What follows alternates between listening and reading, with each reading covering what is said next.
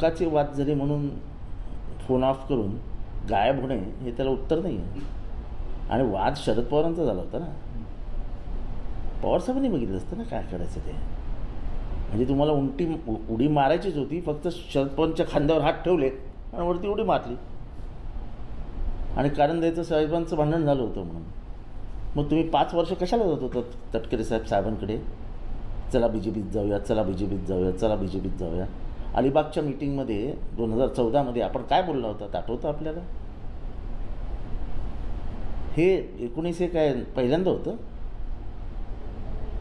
तुम्ही किती वेळा सांगितलेलं चला BJPत जाऊया, चला BJPत जाऊया. त्यासाठी तुम्ही अलिबागला खास बैठक बोलवली होती.